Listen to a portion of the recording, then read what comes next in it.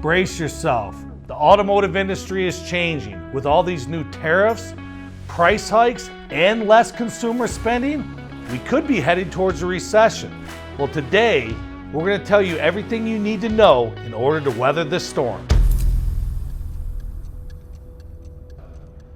Shops are dead right now. There's a lot of shops that are empty. People are starving for work. There's a lot of people out there who are scared and worried. Look, downturns happen in this industry. It's very common. We've never seen one like this before. What do we have to do to get out of this mess? My main goal is to get new customers coming through that front door. That's how I make money. Back in the COVID days, we didn't have those problems. Business was booming. It was a great time to be a collision shop. We even had a backlog of months and months on all of our work. Well, the COVID days are not here anymore. Things are different, things are changing. People are scared right now. People are broke. A lot of people don't even have the money or are willing to invest the money in their deductible to get their car fixed. Insurance rates are at an all-time high. What do we need to do in order to get new customers through that door? The auto body industry has always been a highly competitive industry, even in our best of times. If you're a small independent shop, it's even more competitive. Step one is we need to come up with a plan. If we do not, we will die. This plan that we come up with, we have to get the technicians, the front office, and ownership on board. And if we're not willing to make some changes, we're not gonna make it. This is one of those sink or swim moments. Now, for technicians, it could be something super small. If we have 5 people at our shop, maybe I take a vacation this week, Jimmy takes a vacation next week, Billy takes a vacation next week. Maybe a small change like that is all we need to get through the next couple weeks or next couple months. But today, we're gonna do a breakdown of what the techs can do, the front office can do, and the owners can do if the vacation thing is not in your near future.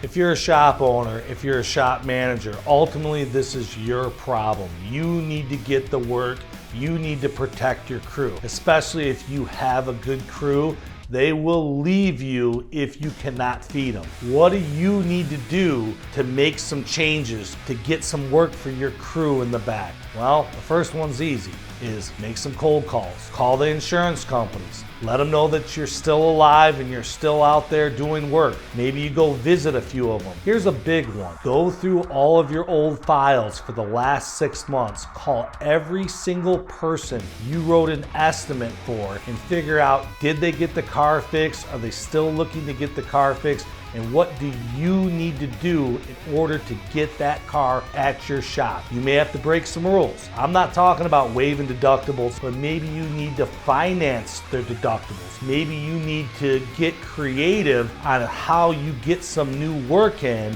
and you need to hit those phones. The art of the upsell. This is why it's important to be on the same page, because you may have to give up a little bit here. Now, when a car comes in and it's been involved in a collision and it's got a cracked windshield that has nothing to do with the collision, I'm always trying to upsell them where, hey, while the car's here, I can put a new windshield in for you. Or I noticed that you need brakes or tires. If the car is gonna be down anyway, there's something on the vehicle that you can upsell them. This vehicle right here has a dent that has nothing to do with the collision. Let's say that that dent is a $1,000 repair on its own. Maybe what I do is offer a customer cash pay at a discount. I don't have to give it away, but if they get the car repaired, I can add that and I can do a deal. Always look for the upsell. It will turn one job into 2 jobs. Money is made and lost in the front office. We need to be going through our estimates line by line, making sure nothing was missed. We can't add more time to this, that the parts prices increases are correct. Little things like that. We need to be super organized. We need to be super deliberate on everything that we do. Pennies add up to dollars. Consider diversifying your workload. Now, I'll admit, half of you guys are gonna hate this, and this is not for everyone.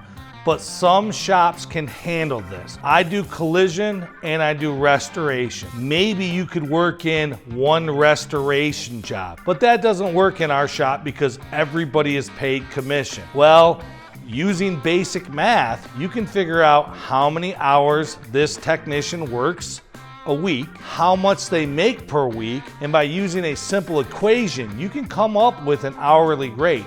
If the technician is cool with that hourly rate, if the shop is cool with taking on a restoration job, and the technicians like that kind of work, this could solve your problems. Again, this doesn't work for everybody, but doing a restoration or a custom job, or even buying a wrecked car and running it through the shop may be enough to keep your employees fed and everybody happy. At a time like this, customer reviews matter, and one of the things that we can do to have the best customer satisfaction is to stay up on our training and stay up on our certificates. I know this isn't the funnest part of our industry, but if we have some downtime, we can take our PPG or BASF classes. We can get caught up on our ICAR certs or ASC testing. We can even go take some chief classes or chassis liner classes. Look at new equipment so when the industry goes back up, we know the latest and greatest of what's out there, and we're trained on all of the latest and greatest information. Staying up on your education and your certifications are important for customer satisfaction. If you're the shop owner, your job again is to keep your crew happy. One of the things that you might be able to do during your downtime is allow some of your technicians to bring in a personal project. Look, if I know car guys, they always have a project or two at home that they've been putting off for weeks or months or even years. Maybe while the shop is empty and we're trying to build morale, maybe you let one or two of them bring in a side project so they can keep themselves busy and you can keep them happy. Owners, here's a trick. And I admit you're not gonna make a lot of money at this, but it will keep your guys busy. If you've got a paint department who enjoys detailing cars and buffing cars, maybe you get on your Facebook or Instagram page and advertise, we have a special this week. We can detail your cars inside and out. If you can scare up 5 or 10 cars over the next week or two, that may be enough cars to keep your paint department busy through these hard times. If you've got a skilled body technician who's comfortable doing paintless dent repair, maybe you advertise a job like this. This is a brand new Lincoln. It's got a small little baby ding in it, and the customer's not comfortable spending $1,000, $1,200 to have the door tore down and painted. But for a couple $100, we can bring the car in, take the door panel off, push the dent out, put everything back together, and everybody's happy. I would rather paint it. There's more money in that for me, but if you've got the manpower and the skills, maybe doing some advertisement for PDR will work for your shop. Here's where you may need to get your popcorn out for this one. Look, there's no magic one size fits all for everyone out there. Some of these tricks may be great for you, some of them may be horrible for you. You have to decide what your shop is going to do and what works best for your shop. There's over 40,000 collision shops in the United States alone. My family's been doing this for over 100 years. We've experienced the highest of highs and the lowest of lows. You will make it through this if you come together as a team, you communicate, and you work hard. Everybody can make excuses.